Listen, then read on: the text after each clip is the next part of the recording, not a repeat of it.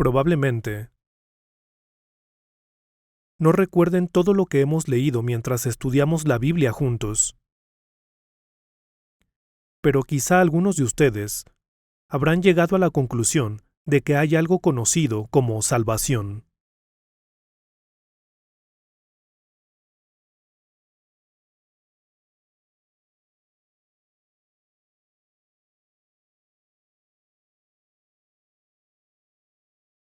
Si el tema de la salvación es excluido de la vida de un individuo, él o ella se encontrarán en desventaja a la hora de calificarse como personas.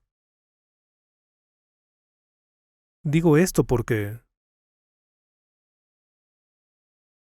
las palabras más importantes de la Biblia, es decir, lo más importante que Dios pide al hombre en su palabra,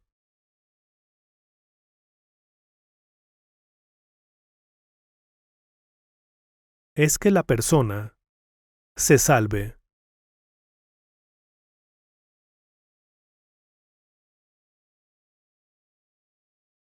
El término salvación es bastante común y se utiliza a menudo, pero muchas veces puede ser mal utilizado. El término salvación se utiliza para expresar el hecho de ser rescatados cuando una persona se encuentra en algún predicamento, es abandonada o se enfrenta a la muerte.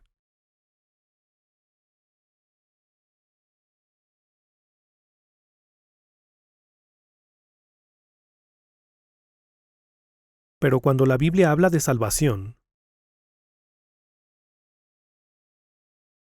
no solo se trata de una persona siendo rescatada de alguna dificultad, o de un hombre que agoniza, recibiendo una nueva oportunidad de vivir, o de una persona recuperándose de una enfermedad incurable, o de una persona siendo rescatada de una dificultad aparentemente irremediable. Ese tipo de salvación siempre puede encontrarse dentro de la sociedad del hombre. Pero, ¿qué es la salvación de la que habla la Biblia? Como acabo de mencionar, muchas personas experimentan la salvación de diferentes maneras a lo largo de sus vidas, desde el día de su nacimiento hasta el día de su muerte. También hay muchas personas que mueren poco después de nacer. También hay muchas personas que viven poco tiempo y luego son hospitalizados.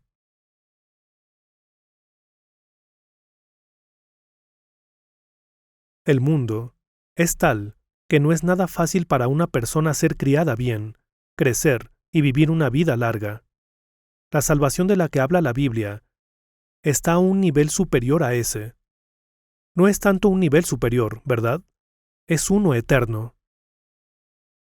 No sería una exageración decir que el propósito de que una persona nazca en este mundo, viva una corta vida en la carne y luego se vaya, es que reciba salvación.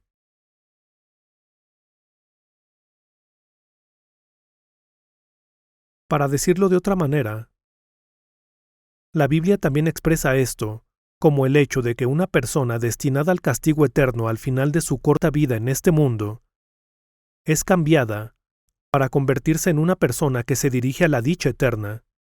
La Biblia expresa esto con las palabras, ha pasado de la muerte a la vida. Por ejemplo, la Biblia explica que hay una determinada posición en la que una persona pasa de ser maldita a ser bendecida, de la tristeza a la alegría, de la inquietud a la paz, y es liberada de la condenación eterna.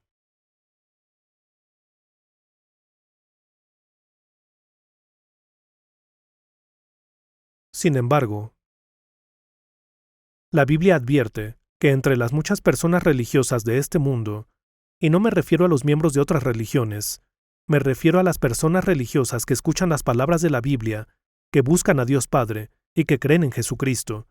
Incluso entre estas personas puede haber algunas que se queden atrás. Es decir, rezagados en cuanto a la salvación eterna. En varios lugares de la Biblia, en varios versículos, encontramos referencias a la salvación. Por poner un ejemplo, la Biblia dice: los profetas, que anunciaron la gracia reservada para ustedes, investigaron cuidadosamente acerca de esta salvación. Querían descubrir a qué tiempo y a cuáles circunstancias se refería el Espíritu de Cristo que estaba en ellos cuando testificó de antemano acerca de los sufrimientos de Cristo y de las glorias que vendrían después de estos. También hay un versículo que dice: no sea que perdamos el rumbo de esta salvación. Me recuerda mi vida en el pasado. Nací en una familia cristiana. Podía tener orgullo en que mi familia era buena y estable. Una familia cristiana. Mi padre era un miembro devoto de la iglesia, y mi madre se graduó en la Facultad de Teología. Y desde niño, recibí una educación cristiana. Sin embargo, esta educación cristiana en sí no me llevó a tener seguridad en mi corazón con respecto a la fe en Dios. Asistí a la escuela dominical desde que era muy joven, pero me sentía inseguro con respecto a la fe en Dios y a la vida de fe en Dios. Otros me elogiaban por mi diligencia en mi vida asistiendo regularmente a la iglesia.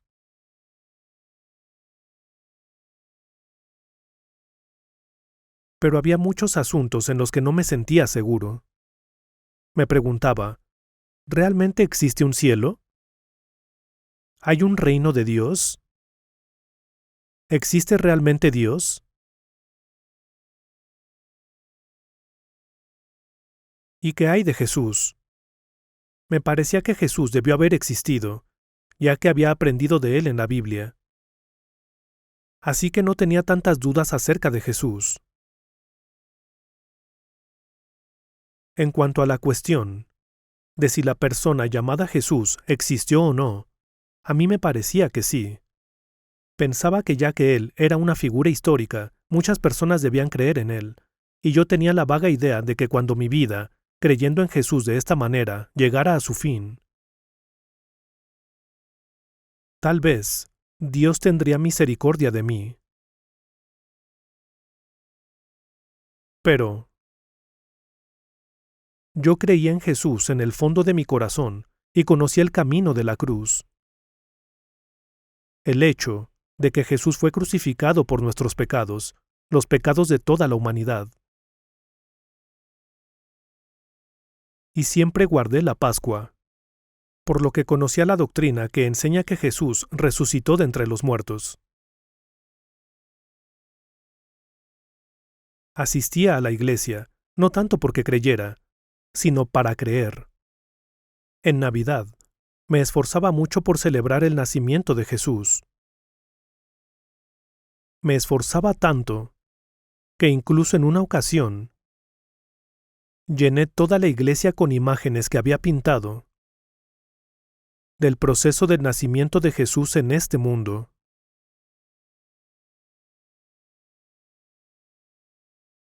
Entonces llegó uno de los ancianos y me dijo: Señor Yu, él se dirigía a mí como maestro, porque enseñaba en la escuela dominical. Señor Yu, usted recibirá una gran recompensa cuando llegue al cielo. Ha hecho un gran trabajo aquí, pero en mi corazón pensé que si realmente hay un cielo, no esperaría una recompensa allá. Me conformaría con solo recibir un lugar en algún rincón al fondo. Eso es lo que esperaba. Pensaba que si el cielo existe, me conformaría con ser apto para ir allí. Pero como no sabía si existía el cielo o no, en lugar de esforzarme por ir allí, me limitaba a hacer este tipo de trabajo para que me alabasen. En algunas ocasiones, seguía dibujando y pintando en la iglesia hasta el último minuto en Nochebuena. Siempre hacía mucho frío, y una vez estuve a punto de morir congelado. Puse un banco largo al lado de un calefactor en la iglesia, y me quedé dormido en él, y no me desperté hasta la madrugada. Fue el entumecimiento lo que me despertó, y entonces me di cuenta de que el calefactor se había apagado, También pasé por este tipo de dificultades. No lo hice por mi afán de ir al cielo. Esto solo era parte de dar mi mayor esfuerzo mientras asistía a la iglesia en este mundo en el que estaba viviendo. Lo mismo ocurría con las oraciones matutinas. No obstante, no tenía en mi corazón el tipo de fe que cree en Jesús, sin ninguna duda, y libre de angustia. El problema era que no había forma en que yo pudiera creer en el nacimiento virginal de Jesús. Y si alguien me preguntaba de la resurrección de Jesús, no podía decir con confianza que creía en ella, a pesar de que había guardado la Pascua por muchos años. No era capaz de reconocer que Jesús había resucitado de entre los muertos. Se debe a que el sentido común me decía que cuando una persona muere, ese es el fin. Ya que el cielo y el infierno forman parte de un mundo desconocido, tampoco podía decir si existían. Pero me preocupaba lo que haría si realmente existieran. No podía decir con seguridad que iría al cielo. Esta era mi vida de fe. En cuanto a la imagen y al carácter de Jesús que yo tenía en mi mente, eran estas acciones que parecían mágicas.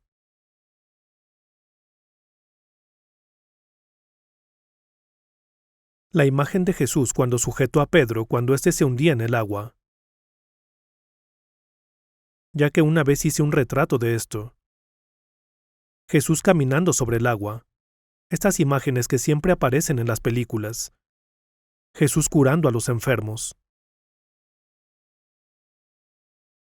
Pero yo sabía que Jesús había dicho, ama al Señor tu Dios con todo tu corazón, con toda tu alma y con toda tu mente. Este es el primero y el más importante de los mandamientos. Y en mi corazón no creía haber hecho todo lo posible por cumplir el primero y más importante de los mandamientos.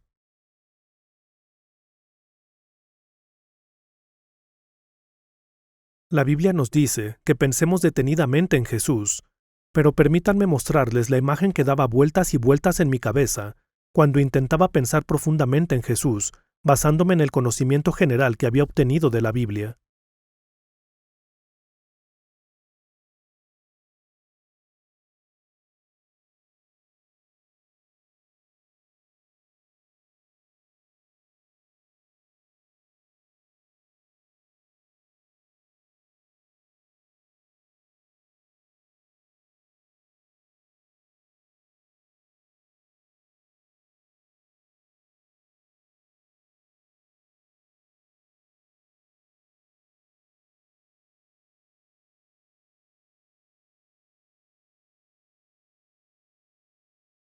Me imaginaba a un Jesús bastante velludo. Cuando pensaba profundamente en Jesús, esta era la imagen que tenía en la cabeza, ya que había visto un dibujo parecido en una Biblia cuando era niño. Dibujé a Jesús así y lo coloreé. Y alguien dijo que se parecía a él. Después de hacer este dibujo, vino a visitarnos un extranjero. Cuando vio mi dibujo, me preguntó, ¿conoces a ese hombre? Luego me preguntó quién lo había dibujado. Cuando le dije que yo lo había hecho, me dijo que el hombre del dibujo se parecía a uno de sus vecinos. Al oír que había alguien que lucía así, le pregunté a qué se dedicaba ese hombre, y nuestro visitante dijo algo en coreano, pero su pronunciación no era muy buena, y tardé un tiempo en darme cuenta de que dijo gángster. El hombre era un gángster. Se podrán imaginar lo decepcionado que me sentí. Una vez, leí acerca de cierto artista que pintó un cuadro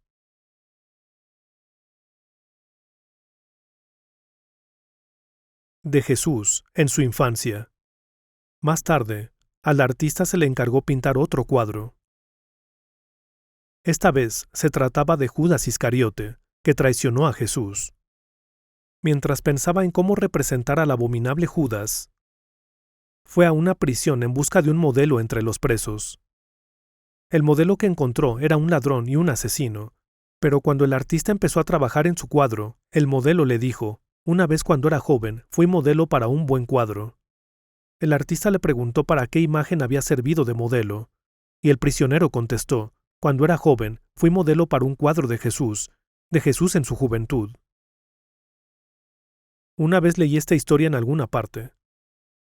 Así que podríamos dibujar una imagen de Jesús, una imagen de un hombre.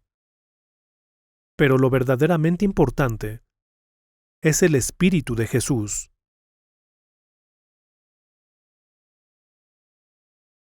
El Espíritu de Dios. En aquel momento, lo más importante para mí era la relación entre mi espíritu y el Espíritu de Dios, pero no le daba importancia a tales asuntos espirituales. Ni siquiera me pasaban por la cabeza. No podía ver nada más que lo que ya sabía de Jesús basado en el conocimiento que había aprendido de él en la escuela.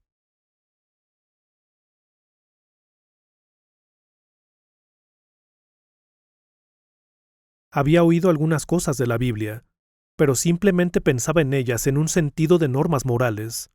Pero más tarde, comencé a pensar en Jesús. Pero lo extraño es que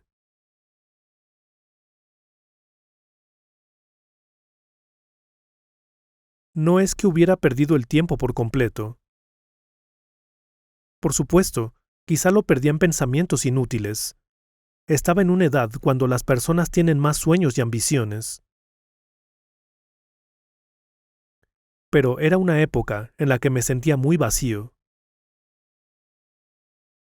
Cuando un joven alcanza la edad de 21 años, llega al punto en que es capaz de enfrentar el mundo con valentía.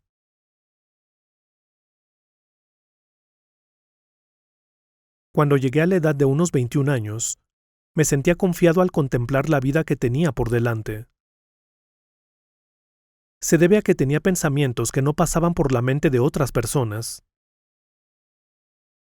Confiaba en que podría hacer algo de mi vida si llevaba el camino que yo mismo había determinado a lo largo de mi vida.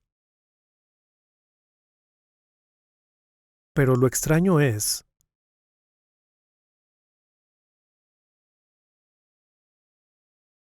que fue en ese momento de mi vida cuando descubrí lo precaria que era mi confianza. Hasta ese momento no me había dado cuenta de ello, ya que me había limitado a vivir mi vida, solo andando. Confiaba en los días de juventud que tenía por delante.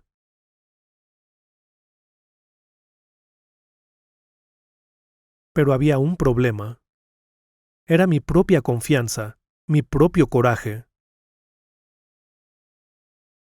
Y era obvio para mí que las cosas saldrían como las había planeado. Pero el problema era, ¿qué haría después? ¿Qué pasaría si lo conseguía? Me parecía que no obtendría ninguna satisfacción, ya que tenía un sueño del que nadie más era consciente, solo yo lo sabía. No sé por qué era así. La vida es tan frágil. Y sin embargo, no tengo ni idea de dónde obtuve mi valor. Cuando me encontraba en medio de esta situación, se me ocurrió un pensamiento. Aunque todo me fuera bien en el futuro, sin mis amigos a mi alrededor, sin mi entorno, sin mis parientes cercanos, si no existiera este trasfondo humano en mi vida, la felicidad,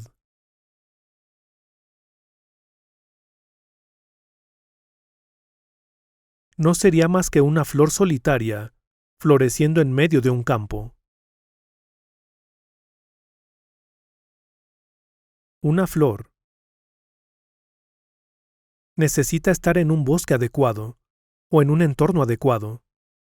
O para darles un mejor ejemplo, mis padres y mis hermanos estaban allí, y yo dependía mucho de los amigos cercanos con los que había crecido.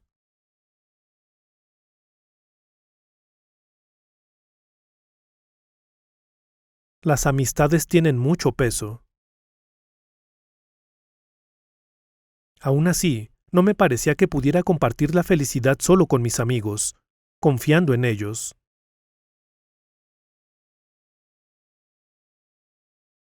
Y encomendándome a ellos por completo.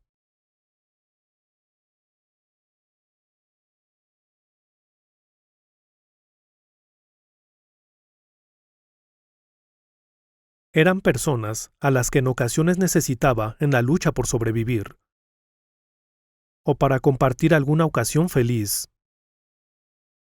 Pero eso era todo. Me era posible poner toda mi energía en esas amistades. De vez en cuando, tenía la vaga idea de que debía llevar una vida moral y recta. Pero llegué a darme cuenta de lo débil que era al intentar asumir una carga tan pesada. Entonces me pregunté cómo podría vivir mi vida de la mejor manera por mi propio bien. Pero la sola idea de hacerlo me dejaba aún más intranquilo. Porque, cuando pensaba en ello, me daba cuenta de que físicamente no causaba una verdadera impresión en la sociedad. Para tener éxito y ser aceptado por la sociedad, un hombre debe tener un físico determinado.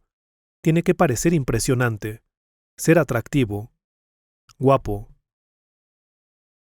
tener los hombros anchos, estar bien construido y ser varonil. Pero llegué a ver que lo único grande era el coraje y la ambición que llevaba dentro, y que mi cuerpo físico no era apto para todo eso. Por esta razón, llegué a la conclusión de que, aunque triunfara en la vida y obtuviera todas las riquezas que suelen acompañar al éxito, estas cosas no podrían hacerme feliz, con todas las imperfecciones de mi condición humana. Podría haber vivido mi vida sin pensar en tales asuntos. Pero, ya que leía todo tipo de libros sobre la vida de diversas personas, analicé cada palabra, cada debate, me abrí paso entre todo tipo de pensamientos e ideas sobre la banalidad de la vida en el futuro, la vida en el pasado y la historia en sí. En vista de todo esto, me reproché a mí mismo pensando, soy un ser realmente débil. Soy muy débil. ¿Cómo he podido llenarme de sueños tan grandes?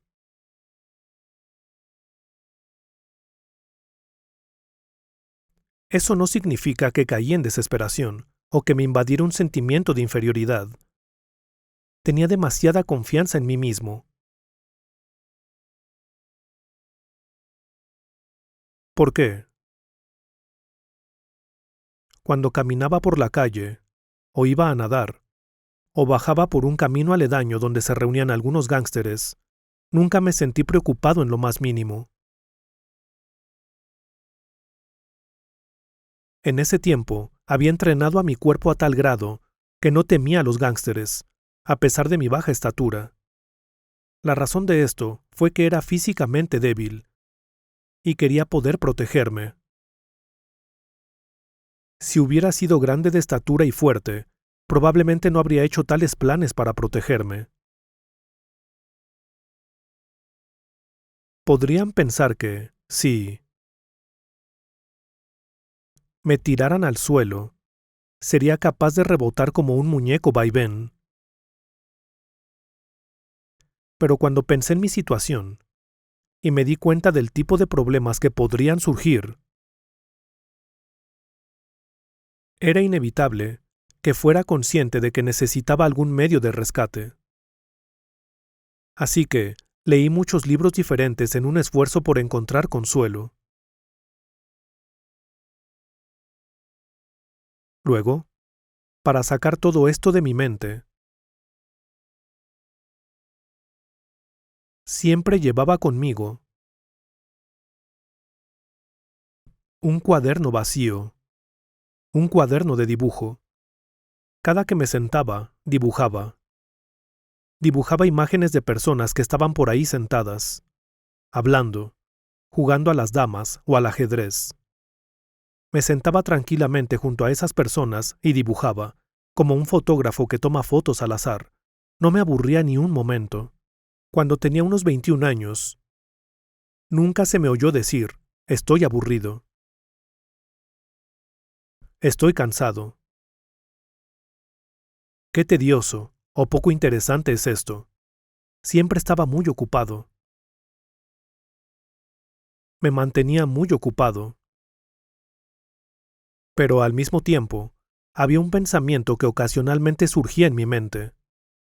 ¿Qué gano con todo esto? Este problema surgía en mi mente. Así que, en mi corazón, pensaba que necesitaba resolver esto de una vez por todas. Me preguntaba si habría alguna manera de cambiar por completo la forma en que había vivido hasta entonces. Pensé, todos los demás solo están siguiendo con sus vidas. Entonces, ¿qué tiene de extraordinario el vivir una vida especial yo solo? Tenía este problema. Pero, por fortuna, o no, un camino se abrió ante mí. Tuve la oportunidad de recibir una Biblia. El 17 de marzo de 1962 me regalaron una Biblia, una grande. También teníamos una Biblia en casa. Pero esta Biblia la recibí mediante mis propios esfuerzos. Aún así, no estaba muy feliz al respecto. Pero como la persona que me la regaló dijo que yo no era el tipo de persona que seguiría leyendo la Biblia, estaba decidido a demostrarle que se equivocaba, y comencé a leerla, solo por esa razón. Pero mientras leía la Biblia, llegué a ver que había una tremenda oscuridad que se había apoderado de mi corazón.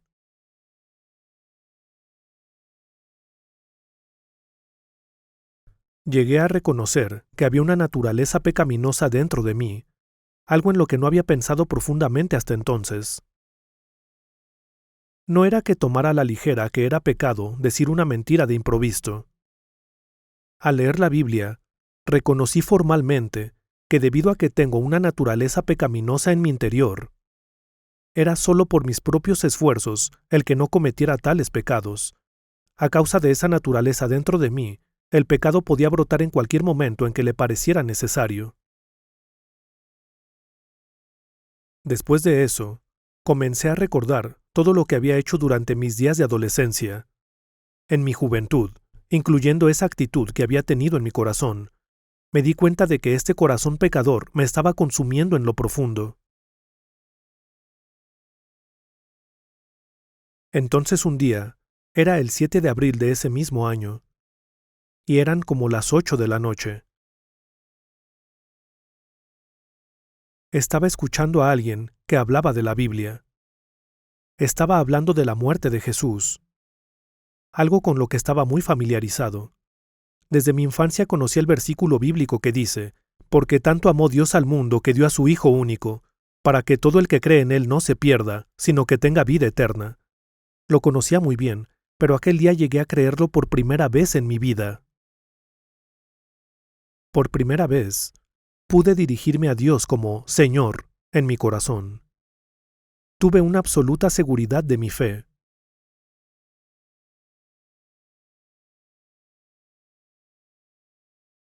Sentí como si toda la oscuridad de mi mente desapareciera poco a poco.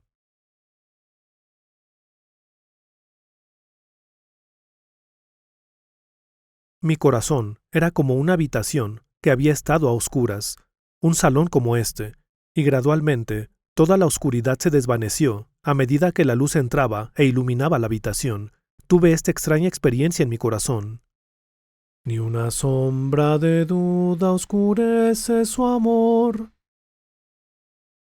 Cuando él vino a mi corazón. Tal como describe esta canción, yo también me sentí en paz. Después de aquel día, se acabaron las dudas que tenía sobre el nacimiento virginal de Jesús. Ya no tenía motivos para cuestionarlo, ni tuve que esforzarme por creerlo. Simplemente llegué a creerlo. Llegué a aceptar la resurrección de Jesús con absoluta seguridad. Llegué a creer, y esa fe era algo que no se iría, incluso si alguien me dijera que al creer me mataría. Simplemente acabé creyendo, y no necesité hacer un gran esfuerzo por creer. Las dudas que tenía comenzaron a desaparecer una a una.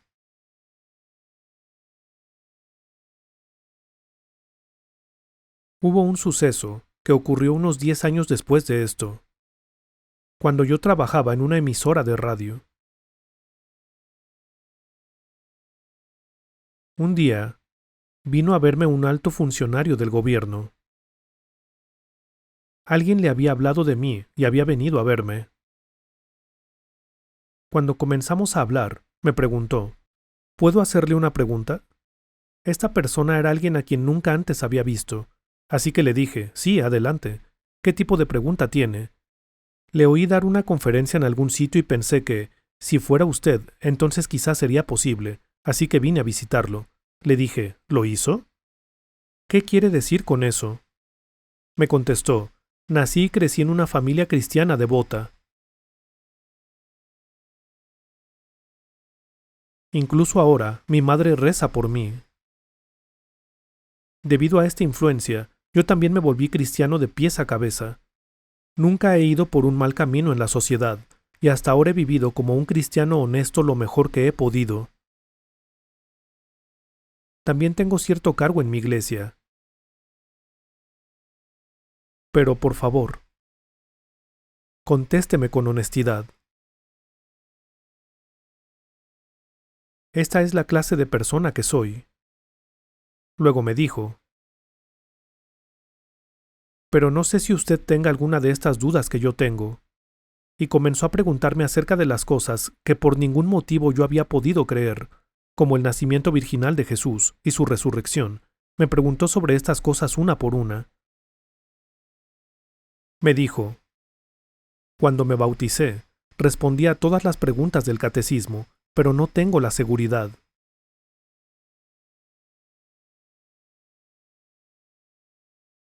No consigo creer. ¿Usted cree?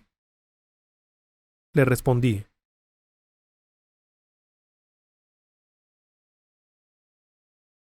El que yo tenga más fe no me hace mejor que usted.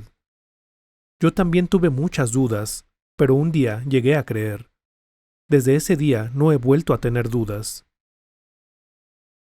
Este es un hecho inalterable. He llegado a confiar plenamente. Fui capaz de confiarle todo a él.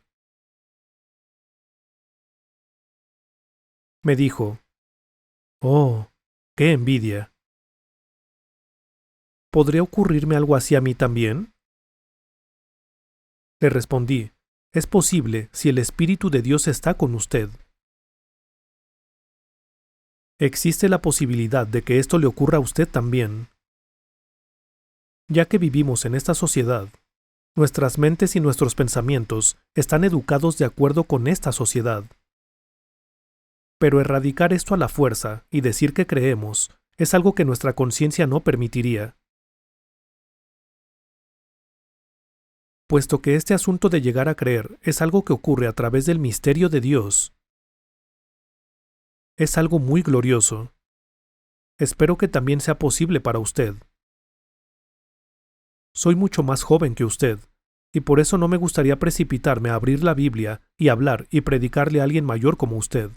Pero por favor, siéntase libre de volver en cualquier momento si desea hacerlo. En aquel entonces, yo tenía 32 años.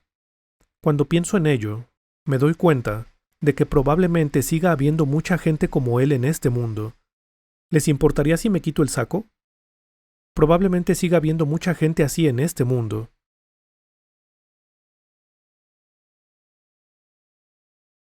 No soy solo yo, pero probablemente hay mucha gente a nuestro alrededor, y en este mundo en el que vivimos, que se hacen las mismas preguntas que ese hombre. Este es el pensamiento que me vino a la mente.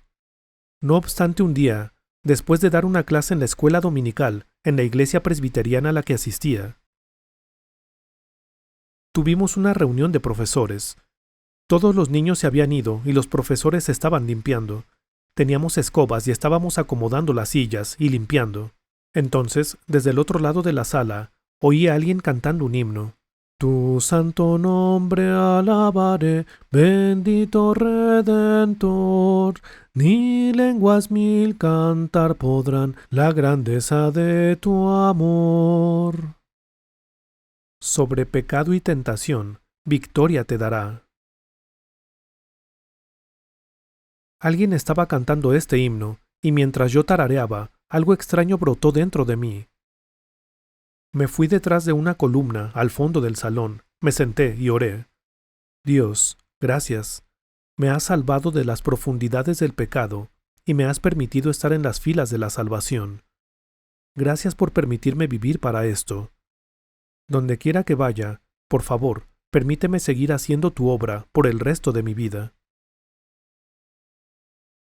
Hasta entonces, con respecto al asunto de la salvación segura, yo separaba la salvación del espíritu de la salvación de la carne. Por lo que nunca preguntaba a la gente, ¿eres salvo? ¿Necesitas ser salvo? Era muy cuidadoso con mis palabras, y solo hacía preguntas como, ¿crees en Jesús sin lugar a duda?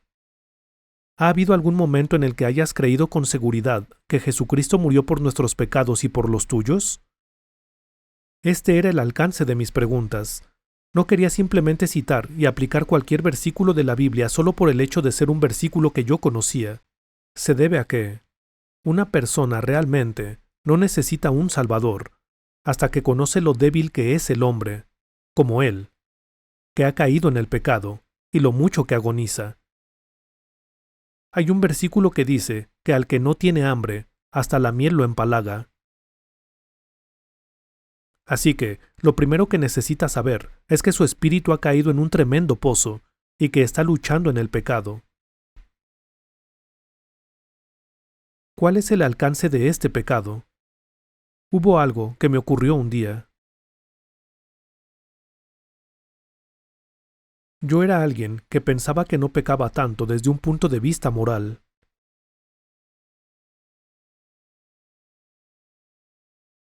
Pero un día, mientras leía la Biblia, la hice a un lado. La razón por la que la aparté fue porque pensé, ¿por qué hay un pasaje como este en la Biblia? Era un pasaje sobre Lot, quien llevó a sus 2 hijas cuando huía de Sodoma. Él y sus 2 hijas dejaron atrás a sus yernos y escaparon de la ciudad de Sodoma, la cual estaba a punto de ser destruida. Pero su mujer miró hacia atrás y se convirtió en una estatua de sal. Este relato está registrado en la Biblia. Más tarde, Lot y sus 2 hijas se establecieron en un lugar donde no había hombres, y sus hijas se preocuparon. Así que le dieron a beber vino a su padre, para que se emborrachara. Y cada una se acostó con él. Cuando leí este pasaje, estaba muy sorprendido y pensé, yo creí que solo había palabras buenas escritas en la Biblia, ¿qué clase de pasaje es este? Y aparté la Biblia. Pero pensé, es muy extraño. ¿Por qué fueron así las cosas? Cuando leía algún libro atrevido, lo hacía a solas, con todas las luces encendidas y todas las persianas cerradas, donde nadie pudiera verme. Me divertía leyéndolo, y después fingía que nunca lo había leído. Pero pensé, la Biblia perfora directamente en lo profundo de mi corazón. Hay personas que tienen la misma mentalidad que yo tenía, que viven aparentando en el exterior tener un código moral, refinamiento y educación, siendo conscientes de los demás. Yo creía que vivía una vida pura, pero pensé en esas 2 jóvenes y en lo que hicieron. Me pregunté qué clase de persona sería yo si viviera en un mundo que no tuviera leyes y donde no tuviera que ser consciente de los demás. Pensé, soy alguien que sabe leer libros atrevidos. Así que soy igual que ellas. Era un corazón de lujuria, que simplemente no se estaba llevando a la práctica. Hoy en día, esto tiene una interpretación científica. Es fácil decir que no es nada serio, que es un hecho espontáneo y algo que ocurre desde que el hombre tiene su cuerpo físico. Pero este no era el caso con el estado de mi corazón. Desde hace algún tiempo, creo que debió empezar desde que estaba en la escuela secundaria, había una chica bonita que siempre pasaba a mi lado de camino a la escuela. Tenía más o menos mi edad. Parecía tan inocente y bonita. Yo caminaba con la vista al frente, pero como no era ciego, no podía evitar verla. Y tuve este pensamiento. Si esa chica hubiera sabido que estaba pensando en ella, probablemente me habría bofeteado y dicho, tranquilízate, ni en tus sueños.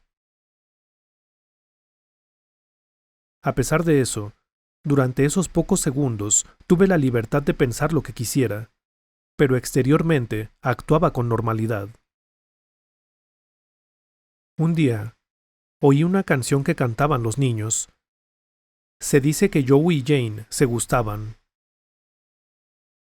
Eso también me pasaba a mí. Luego cantaban. Pero fingían que no. Y eso era lo que yo hacía también. Pero, ¿por qué me había atrapado en esta forma de hipocresía cuando solo tenía 22 años?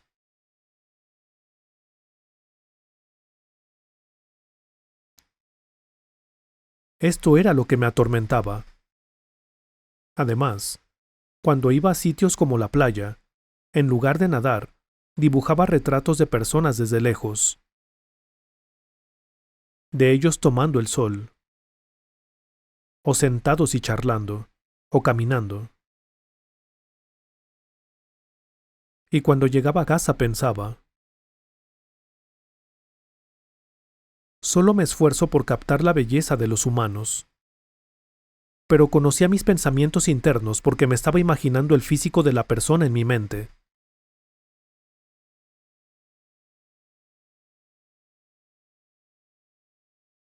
Entonces, ¿qué hay en el corazón? Llegué a saber que el pecado de una persona que dibuja e imagina lo que quiere es 100 veces peor que el de una persona que no hace esto. Así que, si leía un libro vulgar y atrevido, me quedaba despierto toda la noche leyéndolo, pero luego delante de otras personas pretendía no haberlo leído. Lo escondía en el fondo del estante. Luego, cuando venían mis amigos y me decían, ya tienes edad para tener citas, ¿por qué solo lees libros sofisticados? ¿No tienes novelas románticas o algo así? Yo simplemente me reía por dentro.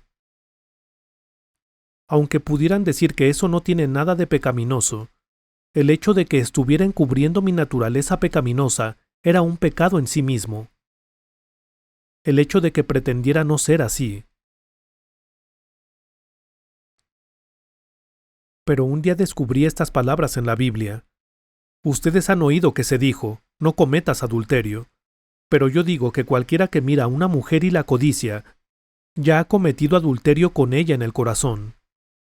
Cuando vi esto, no tuve más remedio que levantar mis manos en señal de derrota. Pensé, Dios, yo también soy un pecador. No fue que vagamente me diera cuenta de que era un pecador. Cuando llegué a conocer mi naturaleza pecaminosa a través de versículos bíblicos como, aunque bien sabes que muchas veces también tú has hablado mal de otros, o, y pueden estar seguros de que no escaparán de su pecado, pensé, Dios, ¿cómo puedo ser perdonado de estos pecados? Conocía todo esto como doctrina, y aunque confesara con mi boca todos los pecados que me atormentaban y hacían agonizar a mi corazón, había demasiados pecados que no podía recordar. Pero en la Biblia dice, te aseguro que no saldrás de allí hasta que pagues el último centavo. Dice que el hombre comete toda clase de pecados posibles. Así que, ¿cómo sería posible recordarlos todos? Si fueran pecados cometidos contra otra persona, sería posible disculparse y reparar el daño causado. Pero, ¿cómo puedes resolver los pecados que simplemente pasan por la cabeza? Más tarde supe que es mucho más doloroso fingir no tener una naturaleza pecaminosa. Entonces descubrí a través de la Biblia. Aunque mis pecados sean negros como la tinta, aunque sean como una nube oscura,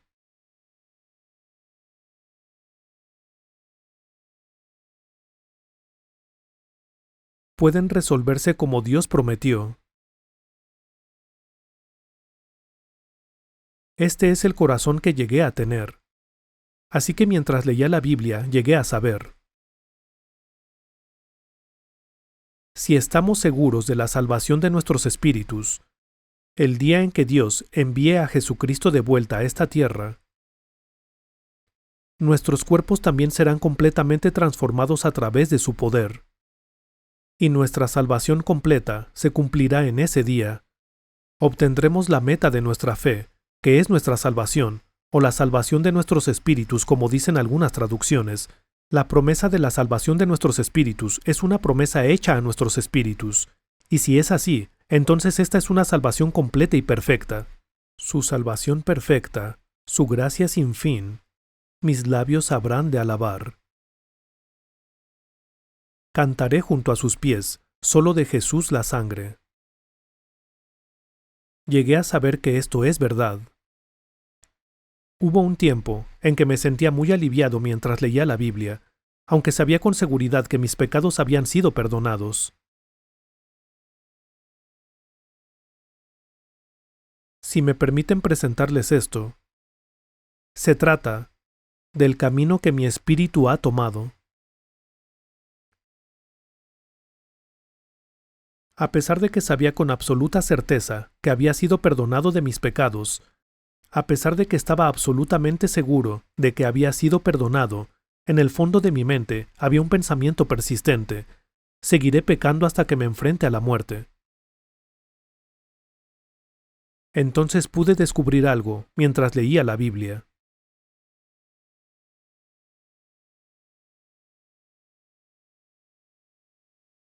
Digamos que estos son los pecados que cometí deliberadamente.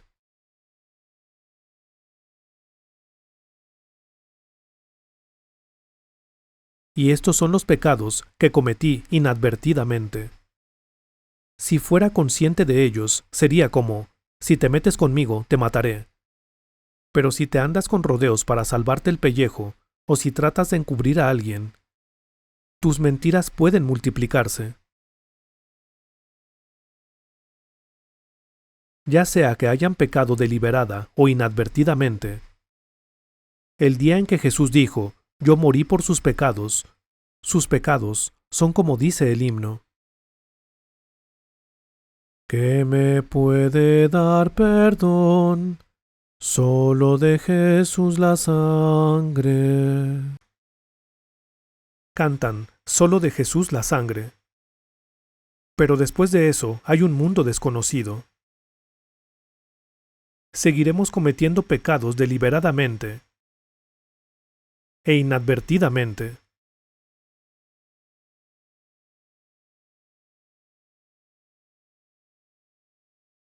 Aunque ya creía en Jesús, al leer la Biblia llegué a ver: así es como sucedió.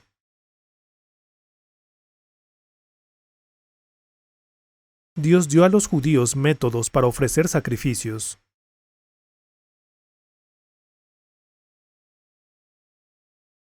¿Cuáles eran algunos de estos métodos? Para que los pecados de una persona fueran limpiados, ciertos animales, como corderos, machos cabríos y becerros, eran llevados ante los sacerdotes.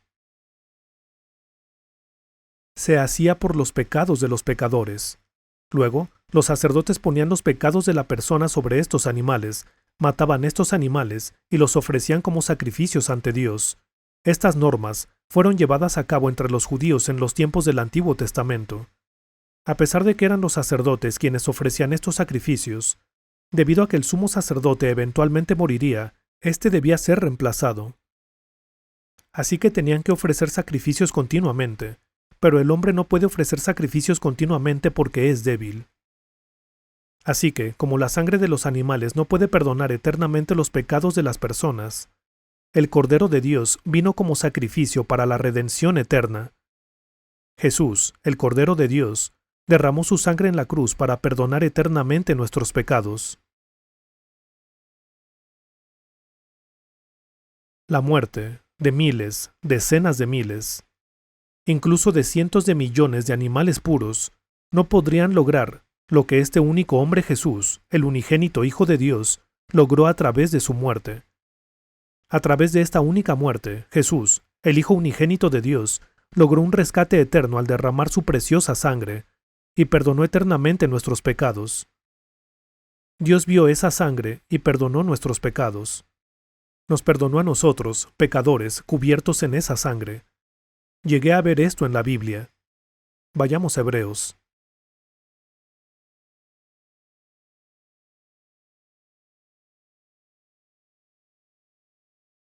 Hebreos capítulo 10.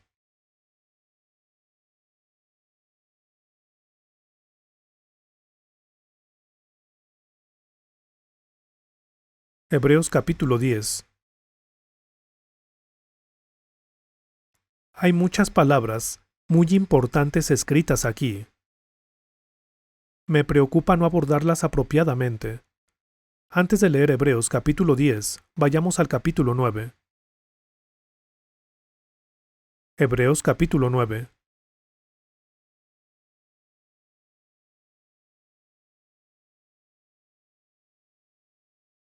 Si ya lo han encontrado, leamos el versículo 12. Entró una sola vez y para siempre en el lugar santísimo.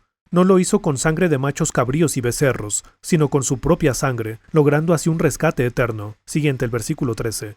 La sangre de machos cabríos y de toros, y las cenizas de una novilla rociadas sobre personas impuras, las santifican de modo que quedan limpias por fuera. Describe lo que hicieron en tiempos del Antiguo Testamento.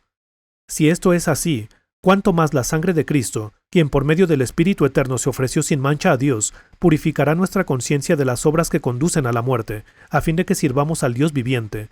Por eso Cristo es mediador de un nuevo pacto, para que los llamados reciban la herencia eterna prometida, ahora que Él ha muerto para liberarlos de las transgresiones cometidas bajo el primer pacto. En el caso de un testamento, es necesario constatar la muerte del testador, pues un testamento solo adquiere validez cuando el que lo hizo muere, y no entra en vigor mientras vive. De ahí que ni siquiera el primer pacto se haya establecido sin sangre.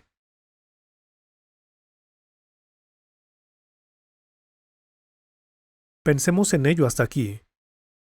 El primer pacto se refiere a lo que está escrito en los 5 libros de Moisés en el Antiguo Testamento. Según ese mandato, incluso la sangre de los animales reemplazaba los pecados del hombre. Así que, cuánto más la sangre de Jesucristo, el Hijo de Dios que fue clavado en la cruz, quien por medio del Espíritu Eterno se ofreció sin mancha a Dios, purificará nuestras conciencias de las obras que conducen a la muerte. Esto es lo que explica este pasaje. Mucho tiempo antes de que Jesús naciera en esta tierra, uno de los profetas que escribió los Salmos dijo: Leamos esto en Hebreos capítulo 10, a partir del versículo 5. ¿Lo han encontrado? Por eso, al entrar en el mundo, Cristo dijo: A ti no te complacen sacrificios ni ofrendas. En su lugar, me preparaste un cuerpo. No te agradaron ni holocaustos ni sacrificios por el pecado. Versículo 7. Por eso dije: Aquí me tienes, como está escrito en el libro. He venido, oh Dios, a hacer tu voluntad. 1000 años antes de que Jesucristo naciera, 1000 años antes de que Jesucristo viniera a este mundo en carne, un profeta escribió estas palabras. Los profetas, que anunciaron la gracia reservada para ustedes, investigaron cuidadosamente acerca de esta salvación.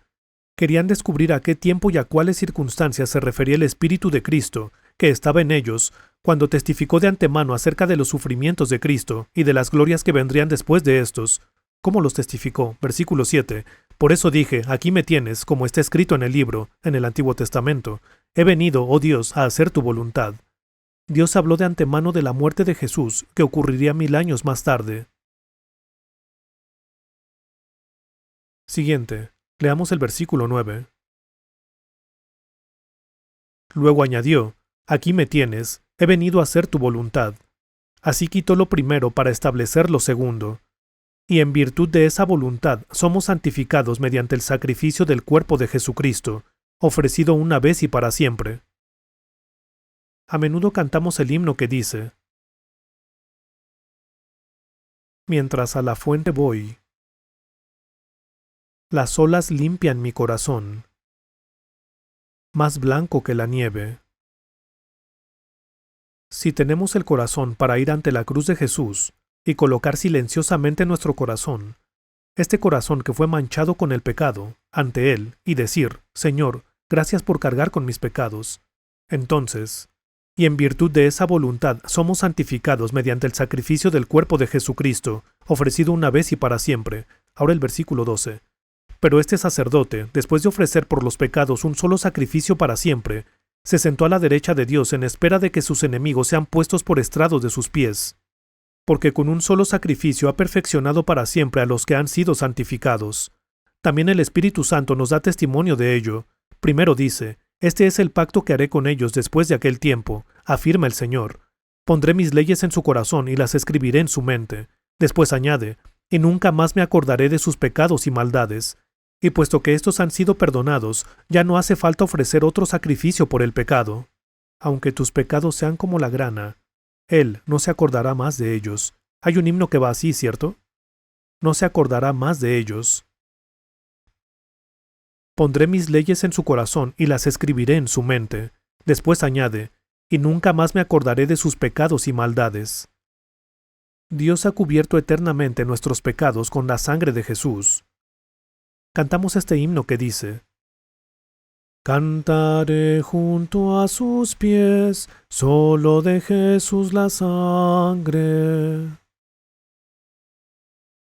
Siguiente, versículo 14. Porque con un solo sacrificio, con Jesús como sacrificio eterno, ha perfeccionado para siempre a los que han sido santificados. Los pecados de una persona son perdonados no solo en una mitad de su vida, sino para siempre. Analicemos esto. No solo son perdonados los pecados del pasado, sino desde la eternidad.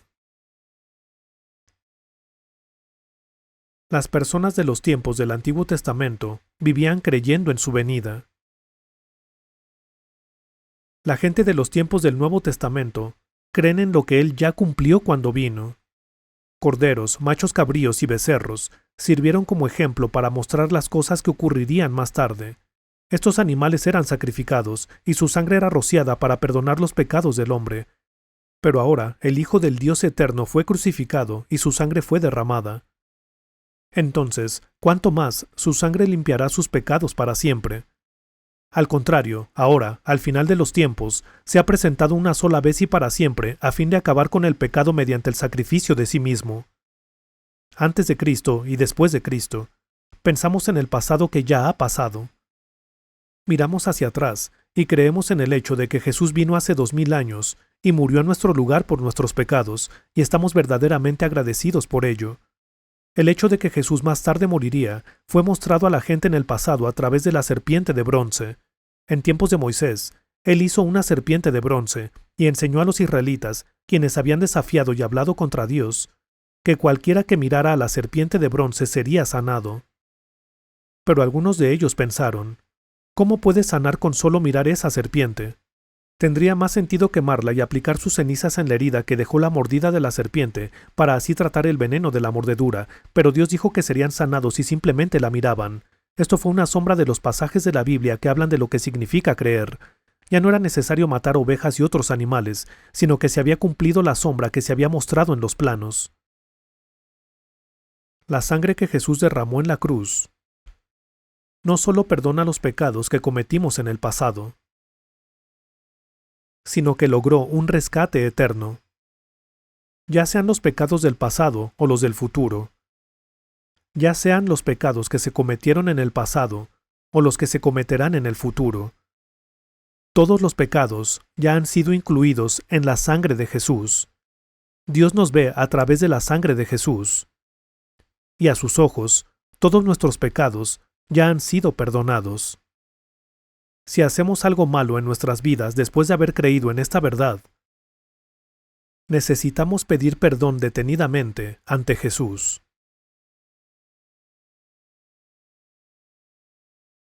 Para que nos sintamos tranquilos. ¿Por qué hacemos esto? Si afirmamos que no tenemos pecado, nos engañamos a nosotros mismos y la verdad no está en nosotros. Esto es lo que dice la Biblia. Incluso aún después de haber llegado a creer definitivamente en Jesús, podemos cometer pecados en nuestra vida. Un día, cuando se acercaba la hora de la partida de Jesús, sentó a los discípulos y les lavó los pies. Él se ciñó y así lavó los pies de los que amó. Oh gran Señor, ayúdanos a caminar en humildad. Jesús, que dijo que había venido a este mundo no para que le sirvan, sino para servir, murió por pecadores como yo, y como ustedes, por todos. Pedro habló de esta verdad más tarde en su vida, pero en el momento en que Jesús se acercó a él para lavarle los pies, se negó diciendo, Señor, jamás me lavarás los pies. Jesús respondió a Pedro, entonces no tendrás parte conmigo. Al oír esto, Pedro le pidió, lávame no solo los pies, sino también la cabeza y todo. Pero Jesús le dijo, el que ya se ha bañado no necesita lavarse más que los pies. Aquellos que definitivamente han sido perdonados de sus pecados, solo necesitan confesar los pecados que cometen mientras continúan viviendo sus vidas. La salvación es eterna. Pero cuando se trata de pecados que nos manchan en nuestras vidas, estos también son quitados a través de la sangre del Cordero de Dios. El Señor está a la diestra de Dios, y como sumo sacerdote, el sumo sacerdote de nuestros espíritus, actúa como mediador por nuestros pecados, incluso ahora. Ahora vayamos todos a Primera de Juan.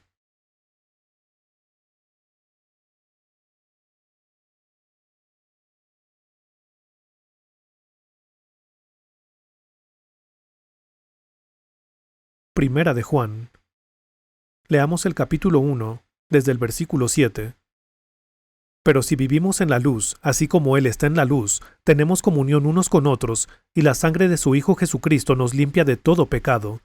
Si afirmamos que no tenemos pecado, nos engañamos a nosotros mismos, y la verdad no está en nosotros.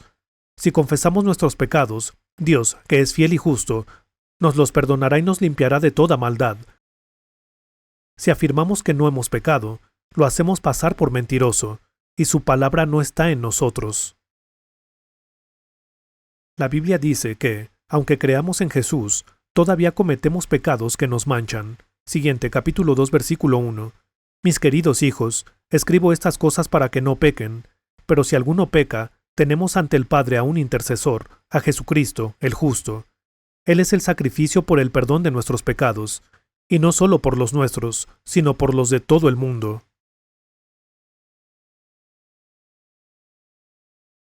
El Cordero que llevó los pecados de todo el mundo.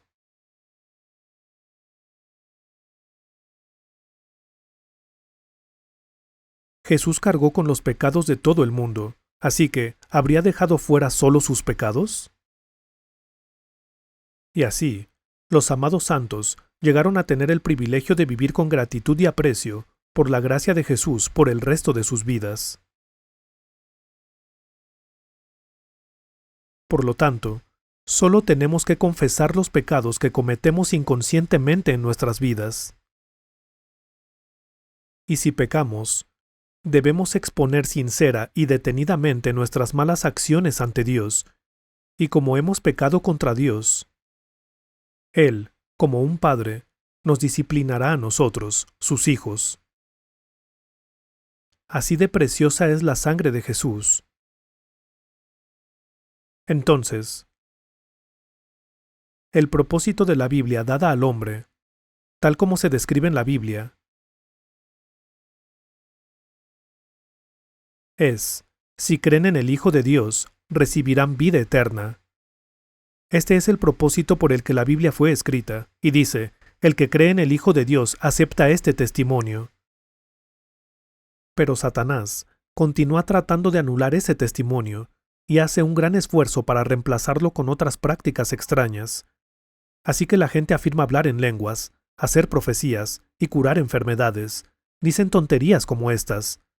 Hay gente que trata de sustituir este testimonio con estas cosas, pero no es eso. El que cree en Jesús tiene el testimonio en sí mismo. ¿Qué es este testimonio? Es el testimonio que Dios dio. ¿Qué otro testimonio hay aparte de las palabras que testifican que Jesús derramó su sangre en la cruz por nuestros pecados y ha perdonado nuestros pecados para siempre? ¿Qué podría ser mejor que eso? Así que la Biblia nos dice el propósito por el que fue escrita. dice que leemos la Biblia para obtener la vida eterna. Vamos brevemente 1 de Juan, capítulo 5.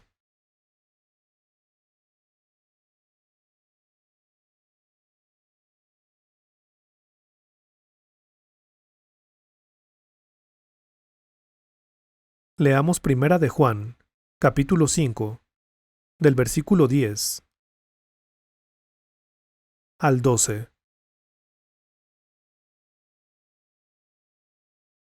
El que cree en el Hijo de Dios acepta este testimonio. El que no cree a Dios lo hace pasar por mentiroso, por no haber creído el testimonio que Dios ha dado acerca de su Hijo. Detengámonos aquí.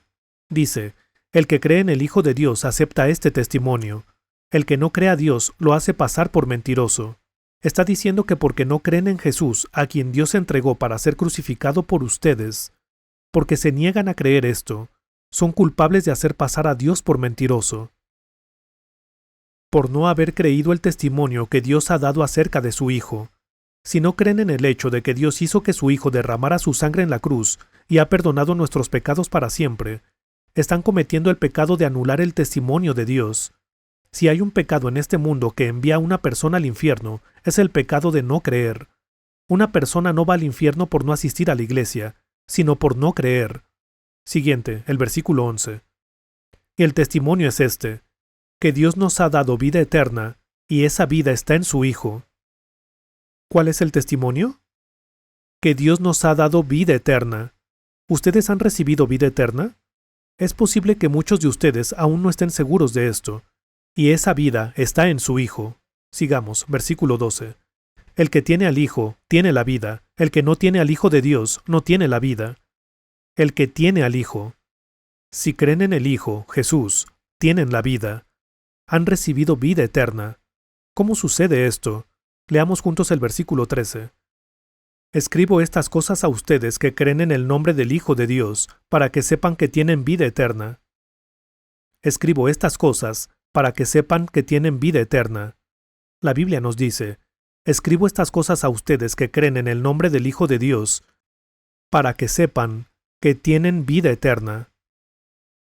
Si no son personas místicas, si no están envueltos en ideas fantasiosas, y si son personas en su sano juicio, y leen las palabras de esta carta, y las leen tal y como están escritas, si aceptan esta carta eterna que Dios dio para sus espíritus, la Biblia nos dice que fue escrita para que sepan que tienen vida eterna.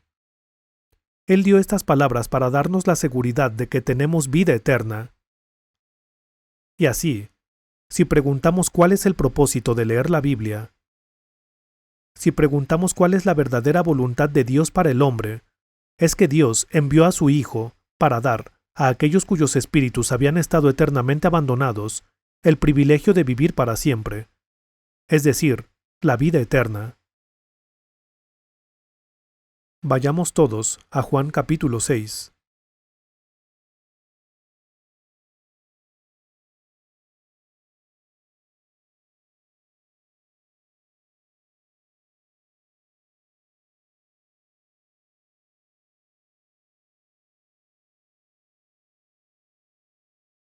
Leamos el capítulo 6, versículo 40. Juan capítulo 6, versículo 40. Porque la voluntad de mi Padre es que todo el que vea al Hijo y crea en Él tenga vida eterna, y yo lo resucitaré en el día final.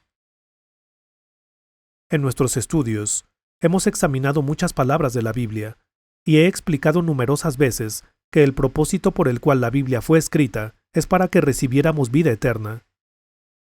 Entonces, si leen la Biblia para recibir vida eterna, y creen con seguridad las palabras de Jesús y el hecho de que murió por sus pecados, la Biblia promete que tienen vida eterna.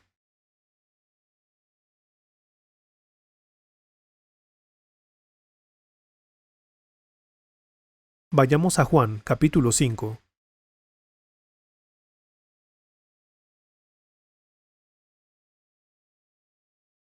Leamos juntos Juan capítulo 5, versículo 24. Les aseguro que el que oye mi palabra y crea al que me envió, tiene vida eterna, y no será juzgado, sino que ha pasado de la muerte a la vida. ¿Dice que recibirán vida eterna o que tienen vida eterna? ¿La reciben después? ¿Han recibido la promesa de la vida eterna o todavía no? Esa es la promesa de Dios. Aquellos que la han recibido estarán agradecidos al leer las palabras de Juan capítulo 10 versículo 28.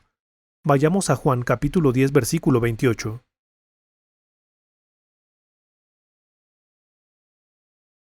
Leamos juntos. Yo les doy vida eterna, y nunca perecerán, ni nadie podrá arrebatármelas de la mano.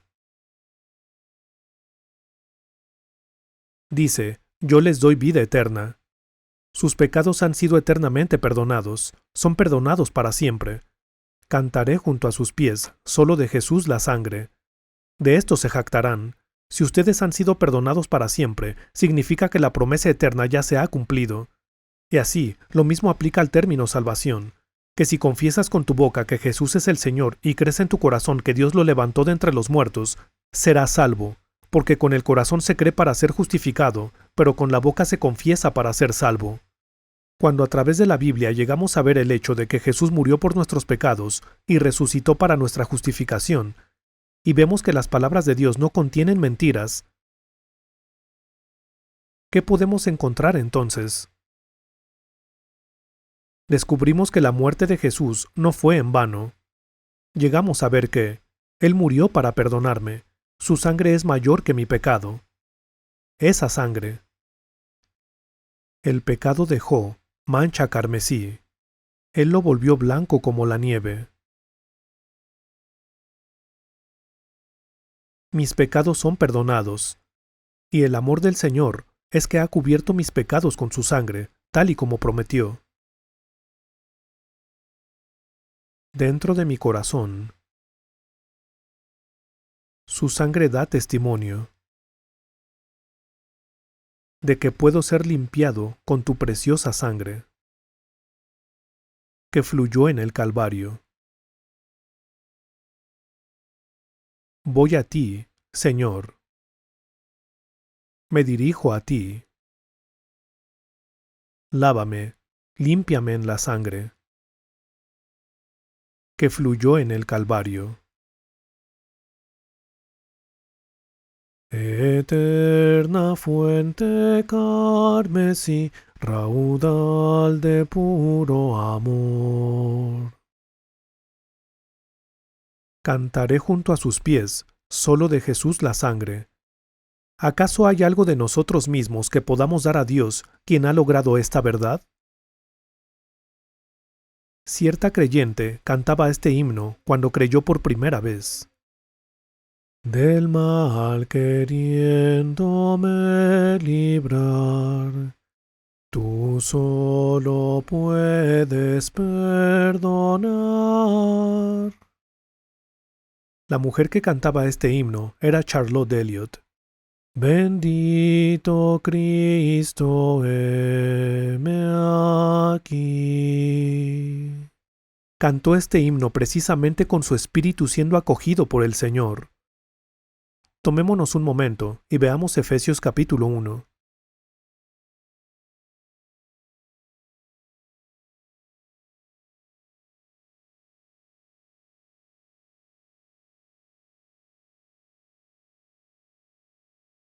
Efesios capítulo 1. Leeré los versículos 5 y 6. Nos predestinó para ser adoptados como hijos suyos por medio de Jesucristo, según el buen propósito de su voluntad, para alabanza de su gloriosa gracia, que nos concedió en su amado. Nos ha llamado para que alabemos su gloriosa gracia, que nos ha concedido gratuitamente en aquel a quien ama. Siguiente, dice, que si confiesas con tu boca que Jesús es el Señor y crees en tu corazón que Dios lo levantó de entre los muertos, serás salvo. Esto es lo que Dios dijo. ¿Qué afirma entonces? La palabra está cerca de ti, la tienes en la boca y en el corazón. Si creemos en Jesús y cuando hablamos unos con otros, leamos Efesios capítulo 2 versículos 8 y 9. Leamos juntos. Porque por gracia ustedes han sido salvados mediante la fe. Esto no procede de ustedes, sino que es el regalo de Dios, y no por obras, para que nadie se jacte. Porque por gracia ustedes han sido salvados mediante la fe. ¿Serán salvados o han sido salvados? Esto no procede de ustedes, sino que es el regalo de Dios, y no por obras, para que nadie se jacte. Está diciendo que no tienen nada de qué jactarse, porque lo hemos recibido gratuitamente, no mediante nuestras obras. Es decir, es por la gracia de Dios, quien sacrificó a su propio Hijo, que nos ha salvado. Veamos el siguiente versículo, versículo 5. Nos dio vida con Cristo, aun cuando estábamos muertos en pecados. Lo que sigue. Por gracia ustedes han sido salvados. Por la gracia de Dios han sido salvados. No es por obras. El Señor reveló su mano de salvación para salvarnos de esta manera. Por eso, si de verdad creemos en Jesús, no solo se nos promete la salvación de nuestros espíritus, sino que se nos ha prometido la salvación eterna. Incluso en este preciso momento, muchos cristianos y muchas denominaciones, incluso muchas instituciones, dicen que la seguridad de la salvación es desconocida o que solo llega después de la muerte. Hay muchas personas que consideran arrogante el hecho de decir que hemos sido salvados en esta tierra y lo consideran una doctrina equivocada e intentan anularla. Este es un problema causado por no haber leído bien la Biblia. Si leemos la Biblia como debe ser, podremos ver que ya hemos sido perdonados. Ya hemos sido perdonados de nuestros pecados. Lo que significa que hay redención para nuestros cuerpos. Es decir, mientras vivamos y creamos en Cristo.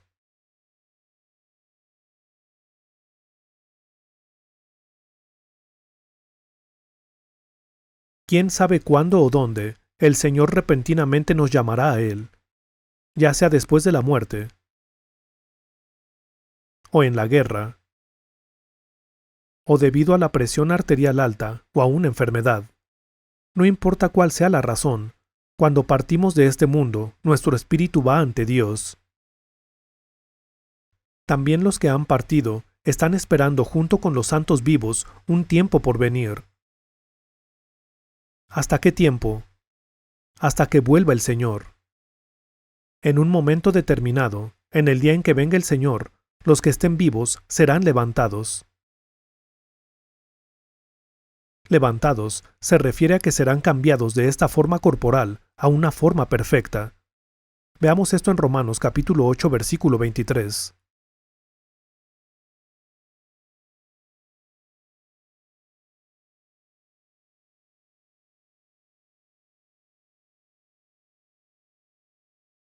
Romanos capítulo 8 versículo 23.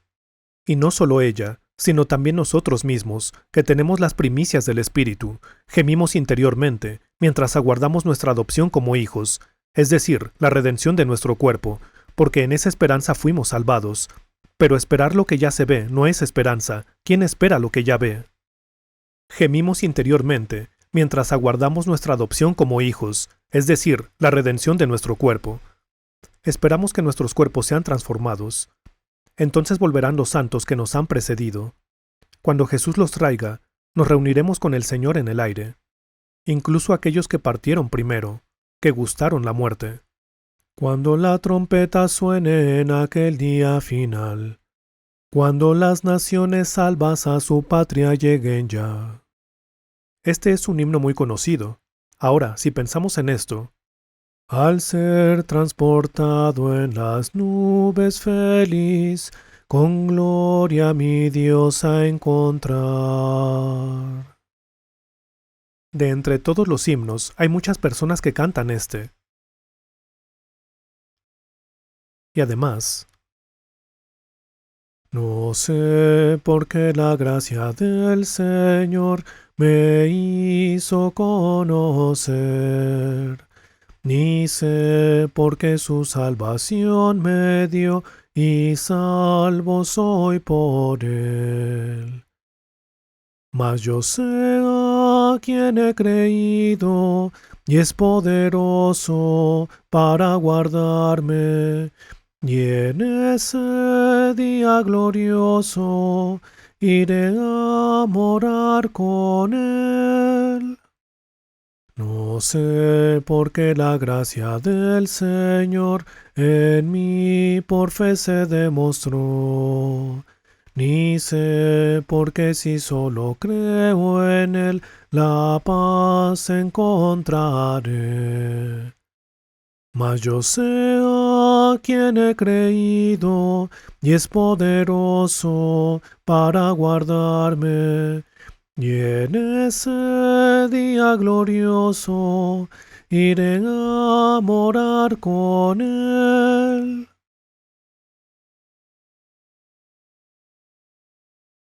Antes de ver su rostro, no sé qué bien o mal esté reservado para mí.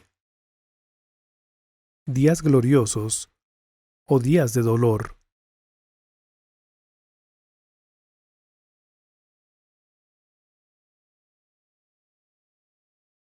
Mas yo sé a quien he creído y es poderoso para guardarme. Y en ese día glorioso iré a morar con él.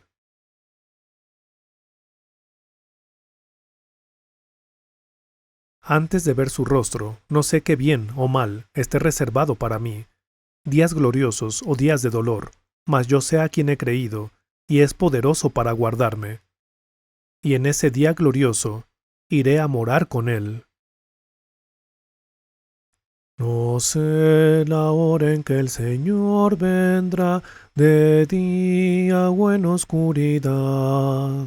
Será en el valle o en el mar que mi Jesús vendrá. Mas yo sé a quien he creído y es poderoso para guardarme. Y en ese día glorioso iré a morar con él. Puede que mi voz sea áspera, pero este himno está en mi corazón. Algunos podrían decir, estás desafinado, pero ¿y qué? Aún así quiero cantar. Así son las cosas. Pensemos en ello. ¿Qué es alabar al Señor? ¿Qué alabamos? Aguardamos por su regreso. Le alabo con alegría, desde el crepúsculo hasta el amanecer. Espero su regreso en mi camino al cielo. Las canciones que cantan los santos tienen un propósito singular. Son diferentes a las canciones que solamente lamentan este mundo. Son diferentes a las canciones que anhelan este mundo. Los himnos que cantan los santos tienen un propósito claro y un plan. Son canciones acerca de una esperanza bendita.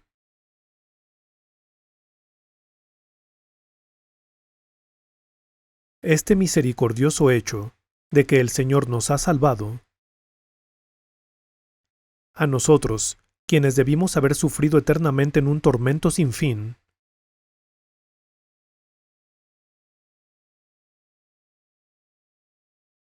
Dios, que conoce esta vida lamentable a la que nos enfrentamos, envió a su Hijo para librarnos para siempre, tendiendo un gran puente en nuestro favor, entre Dios y la humanidad. Esa es la muerte de Jesús en la cruz. Esa muerte fue la muerte para redimirnos de todos nuestros pecados. Todos y cada uno de nosotros estamos incluidos en esto. La Biblia nos dice que si descuidamos una salvación tan grande, no habrá escapatoria. Vamos a orar.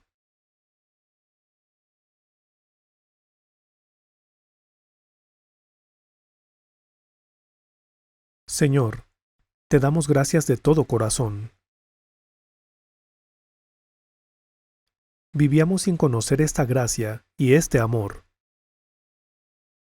Y hemos recibido este agradecido amor que nos has preparado gratuitamente. Por eso te damos gracias. Verdaderamente, te agradecemos que nos hayas lavado eternamente a nosotros, que somos pecadores, a un pecador como yo, destinado a la destrucción eterna, por la sangre de nuestro Señor Jesús. Alabado seas por siempre. Si entre nosotros se encuentran quienes, independientemente de cuál haya sido su pasado, todavía dudan y no forman parte de tu santo amor, te rogamos que el Espíritu Santo los acoja. Y que tú, quien soplaste aliento de vida en Adán, los sostengas con tus palabras para que comprendan que les has dado vida eterna y puedan recibirla con agradecimiento. Te confiamos todo el tiempo que nos queda y todos nuestros pensamientos, y te lo pedimos en el nombre de Jesús. Amén.